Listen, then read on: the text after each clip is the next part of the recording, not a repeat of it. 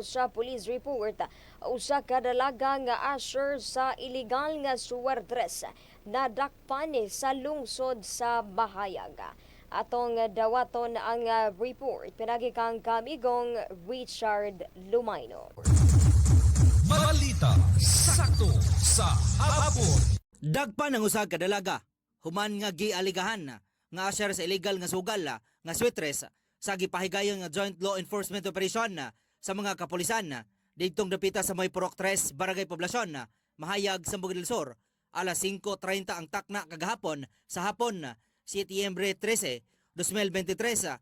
Ang mong operasyon sa mga kapulisan may resulta sa pagkasikop sa usa ka suspek nga nailang si Rodelen Bontilao, lagnas 20 anyos dalaga, residente sa Purok 3 Barangay Poblasyon Mahayag, Sambog del Sur.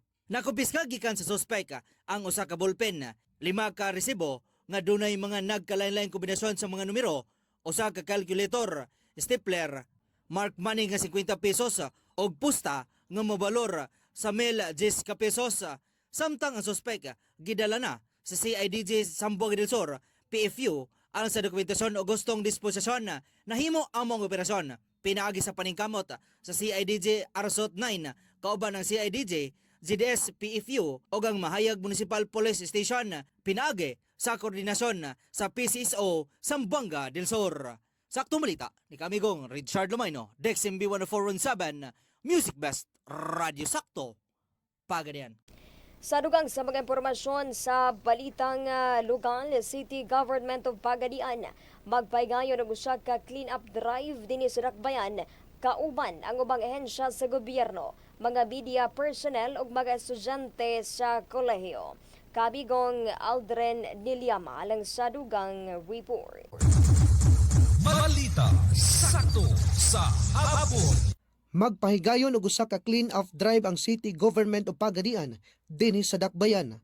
Kauban ang ubang ahensya sa gobyerno, mga media personnel, lakip na ang mga estudyante sa nagkalaylaing tunghaan sa kolehiyo.